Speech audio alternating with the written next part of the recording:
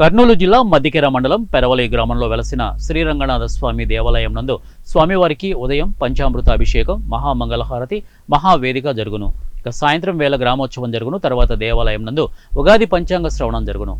ఉగాది మరుసటి రోజు సోమవారం సాయంత్రం కుందేలు పేరవాట గ్రామ ప్రజల ఆధ్వర్యంలో జరుగును. ఉగాది అంటే ఆది అని అర్థం.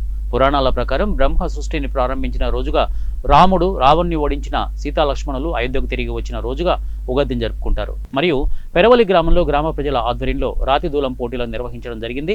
ఇక మొదటి బహుమతి 4 తులాలు, ఇక రెండవ బహుమతి 3 తులాలు గ్రామ ప్రజలు మరియు మూడవ బహుమతి సురేంద్ర ఇవ్వడం జరిగింది. చివరి బహుమతి మైకు భాష ఇవ్వడం జరిగింది. జగదేక వందే రంగే ముకుందే ముదితార విందే గోవింద దేవాకిల దేవదేవ శ్రీరంగదేవే నమతాం నమామి.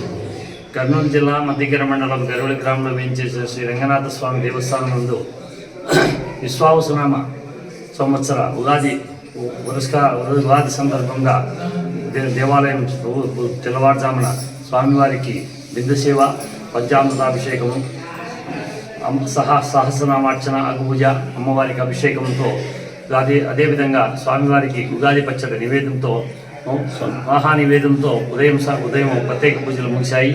తర్వాత మధ్యాహ్నం వరకు భక్తాదులు వచ్చి స్వామివారిని దర్శించుకున్నారు. తర్వాత సాయంత్రం స్వామివారు శ్రీదేవి భూదేవి సమేత శ్రీ రంగనాథ స్వామివారు ఉత్సవమూర్తులు ఊరేగింపుగా బయలుదేరి